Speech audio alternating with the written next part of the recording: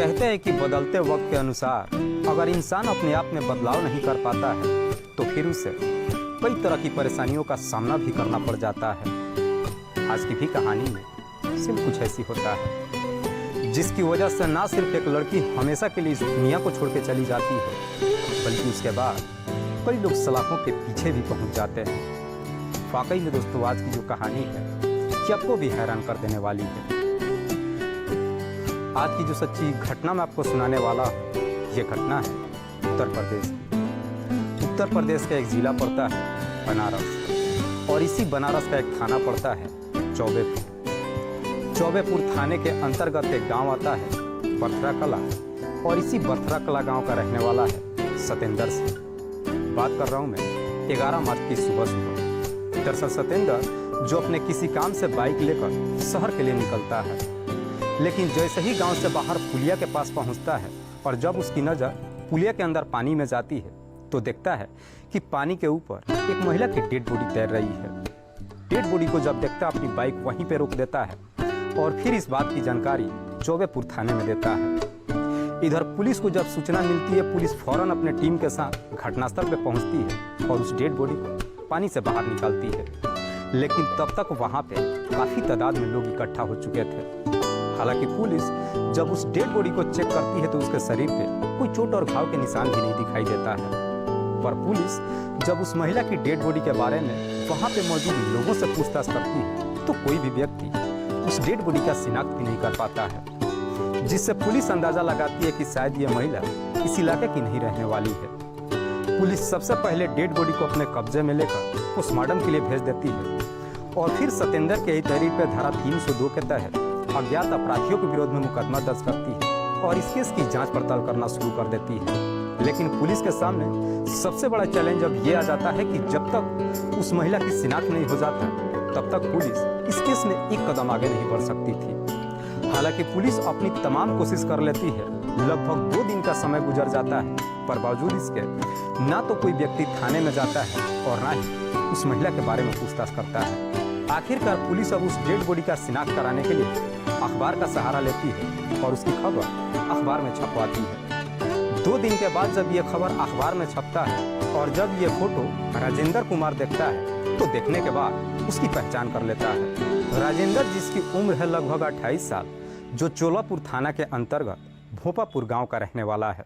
राजेंद्र जब पेपर में उस फोटो को देखता है तुरंत ही चौबेपुर थाने में पहुँच जाता है और पुलिस वालों से कहता है कि साहब, जिस लड़की का फोटो आपने अखबार में छापा था, दरअसल मैं उसे जानता हूँ। चौबेपुर थाने की पुलिस जब उस डेड बॉडी को इधर राजेंद्र को दिखाती है तो देखने के बाद राजेंद्र शिनाख्त कर लेता है और पुलिस वालों से कहता है कि साहब, ये मेरी साली सोनी है। सोनी जिसकी उम्र है लगभग 22 साल के आसपास।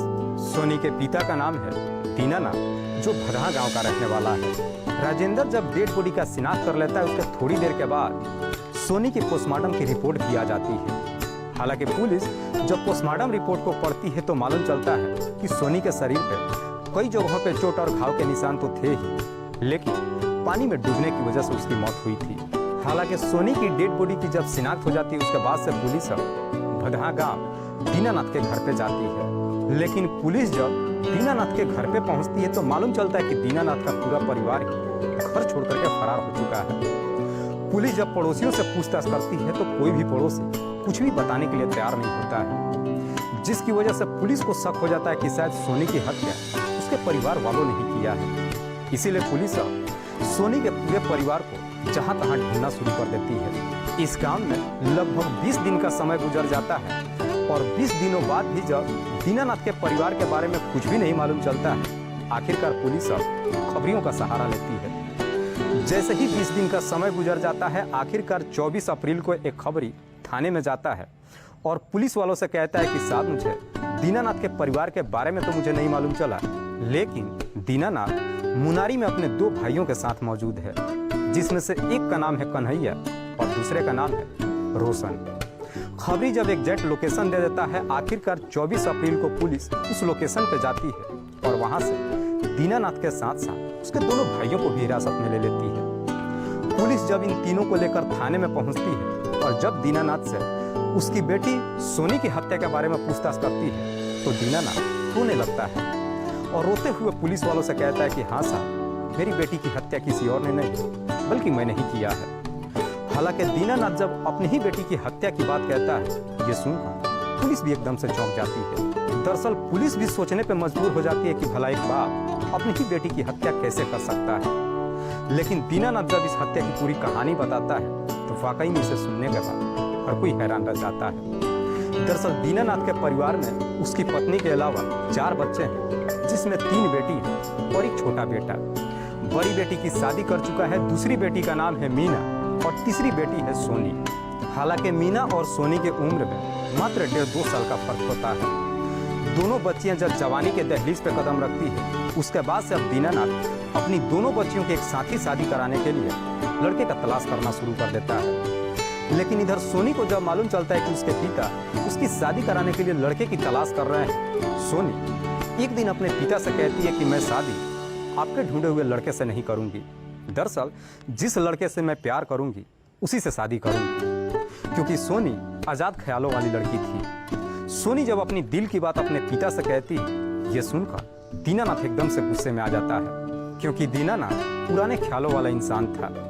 अपनी बेटी को काफी समझाने की कोशिश करता है, लेकिन सोनी अपने पिता की बात मानने के लिए तैयार नहीं होती है। इधर दीनानाथ जब अपनी बच्चियों के लिए लड़का ढूंढना शुरू करता है, तभी उसे एक लड़का पसंद आ जाता है और फिर उस लड़के से अपनी दूसरी बेटी मीना का शादी तय कर देता है। जाकर जब उस लड़के को देखता है, लड़का जब पसंद आ जाता है, आखिरकार लड़के के परिवार वालों को अपने घर पे बुलाता है ताकि आकर उसकी बेटी को देख सके और फिर रिश्ता तय किया जाए।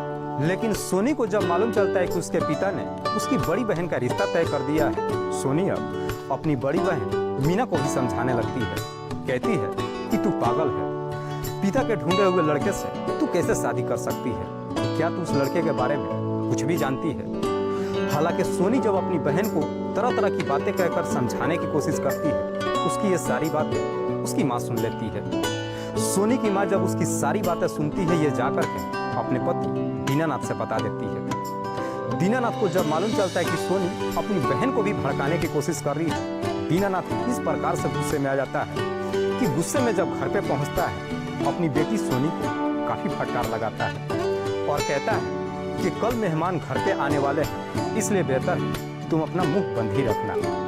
दरअसल घटना से ठीक एक दिन पहले 10 मार्च को वो रिश्तेदार दीनानाथ के घर पे पहुंचते हैं। लेकिन रिश्तेदार जब दीनानाथ के घर पे पहुंचते हैं, सोनी कुछ ऐसी बातें कह देती है जिसे सुनने के बाद उसकी बड़ी बहन मीना को पसंद करने से इनकार कर देते हैं और फिर इस रिश्ते को मना करके चले जाते हैं। वो रिश्तेदार जैसे ही दीनानाथ के घर से निकलते हैं, इधर दीनानाथ अपनी बेटी सोनी के ऊपर टूट पड़ता है। दरअसल अपनी बेटी सोनी की बुरी तरीके से पिटाई करता है। हालांकि जब अपनी बेटी की पिटाई करना शुरू करता है, घर का कोई भी सदस्य बचाने के लिए भी नहीं जाता है। दीनानाथ इस प्रकार से गुस्से में आ जाता है कि गुस्से में ही घर के अंदर से एक भारी डंडा उठा करके लाता है और उसी डंडे से सोनी के सर पर काफी जोर से वार कर देता है, जिसकी वजह से सोनी काफी गंभीर अवस्था में वहीं पे गिर जाती है और गिरने के बाद बेहोश हो जाती है। दरअसल दीनानाथ जब अपनी बेटी की पिटाई कर रहा होता है, उस वक्त दीनानाथ के घर में उसके दोनों भाई कन्हैया और रोशन भी मौजूद होते हैं। जब सोनी गंभीर अवस्था में वहीं पे गिर करके बेहोश हो जाती है, उसके बाद से दीनानाथ अपने दोनों भाइयों की तरफ इशारा करता है। दीनानाथ के दोनों भाई घर से बाहर जाते हैं और जाकर एक ऑटो लेकर के आते हैं और फिर उसी ऑटो में सोनी को लेकर अपने घर से बाहर निकल जाते हैं। लेकिन घर से बाहर निकलने के ठीक 1 घंटे के बाद शाम के वक्त वापस अपने घर पे पहुंच जाते हैं और गांव वालों से कह देते हैं कि दरअसल सोनी ने कुछ जहरीली पदार्थ खा ली है, जिसकी वजह से उसकी मौत हो चुकी है। हालांकि सोनी की मौत नहीं हुई थी, बल्कि वो बेहोशी की हालत में थी। घर पे पहुंचने के बाद पड़ोस का रहने वाला मनोज के पास जाता है और मनोज से कहता है कि दरअसल मुझे तुम्हारी गाड़ी चाहिए और गाड़ी को तुम ही लेकर के चलो, क्योंकि मेरी बेटी की जहर खाने की वजह से मौत हो चुकी है, इसीलिए हम उसे जला नहीं सकते हैं। उसकी डेड बॉडी को गंगा जी में प्रवाहित करना है। जब सारी बात बताता है, उसके बाद से मनोज अपनी गाड़ी लेकर के आता है। उसके बाद से दीनानाथ अपने दोनों भाइयों की मदद से सोनी को लेकर उस गाड़ी में वहां से निकल जाता है। लेकिन जैसे ही लेकर घर से निकलता है और थोड़ी देर के बाद बर्थरा कला गांव के पुलिया के पास पहुंचता है, तब तक अंधेरा हो जाती है। दरअसल दीनानाथ ड्राइवर मनोज से कहता है कि मुझे बाथरूम करना है और बाथरूम के बहाने दीनानाथ और उसके दोनों भाई गाड़ी से नीचे उतर जाते हैं। लेकिन तीनों जब गाड़ी से उतर जाते हैं, मनोज को भी लगता है कि क्यों ना मैं भी चल करके बाथरूम कर लेता हूँ। मनोज भी अपनी गाड़ी से नीचे उतर जाता है और गाड़ी से जैसे ही थोड़ी दूरी पे जाता है, इधर दीनानाथ अपने दोनों भाइयों की मदद से सोनी को गाड़ी से निकालता है और निकालकर पुलिया के पानी में फेंक देता है। हालांकि पुलिया के पानी में फेंकता है उस वक्त सोनी जिंदा तो थी, लेकिन बेहोश थी, इसलिए वो चीख और चिल्ला भी नहीं पाती है। लेकिन पानी में फेंकने की आवाज ड्राइवर मनोज को सुनाई देता है। मनोज जब आकर गाड़ी में देखता है कि सोनी मौजूद नहीं है, उन तीनों से जब पूछताछ करता है तो दीनानाथ मनोज को धमकी देते हुए कहता है कि इस बारे में तुम्हें किसी को कुछ नहीं बताना है, और अगर तुमने किसी को कुछ भी बताने की कोशिश किया तो हम तुम्हें भी जान से मार देंगे। जान से मारने की जब धमकी देते हैं, मनोज भी उनकी धमकियों से डर जाता है और आखिरकार अपना मुंह बंद कर लेता है। रात्रि को वह तीनों जब अपने घर पे पहुंचते हैं और जब सुबह हो जाती है, गांव में लोगों से अफवाह फैला देते हैं कि दरअसल हमने सोनी की डेड बॉडी को गंगा जी प्रवाहित कर दिया है, और फिर बड़े आराम से अपने घर के अंदर ही रहते हैं। हालांकि इधर पुलिस जब सोनी की डेड बॉडी को बरामद कर लेती है, इस बात की जानकारी दीनानाथ के पूरे परिवार को मालूम चलता है, पर बावजूद इसके ना तो थाने में जाते हैं और ना ही उस डेड बॉडी के बारे में पूछताछ करते हैं। लेकिन तभी 3 दिन के बाद सोनी की डेड बॉडी उसका जीजा राजेंद्र देख करके पहचान जाता है। इधर इस बात की जानकारी जब दीनानाथ के परिवार वालों को मालूम चलता है कि सोनी की डेड बॉडी पुलिस ने शिनाख्त कर ली है, इससे पहले कि पुलिस दीनानाथ के घर पे पहुंच पाती, दीनानाथ का पूरा परिवार घर छोड़ करके फरार हो जाता है। वाकई में दीनानाथ जब ये पूरी कहानी पुलिस को बताता है, उसके बाद से पुलिस दीनानाथ के इतहरी पे उसके पड़ोस का रहने वाला ड्राइवर मनोज को भी हिरासत में लेकर आती है।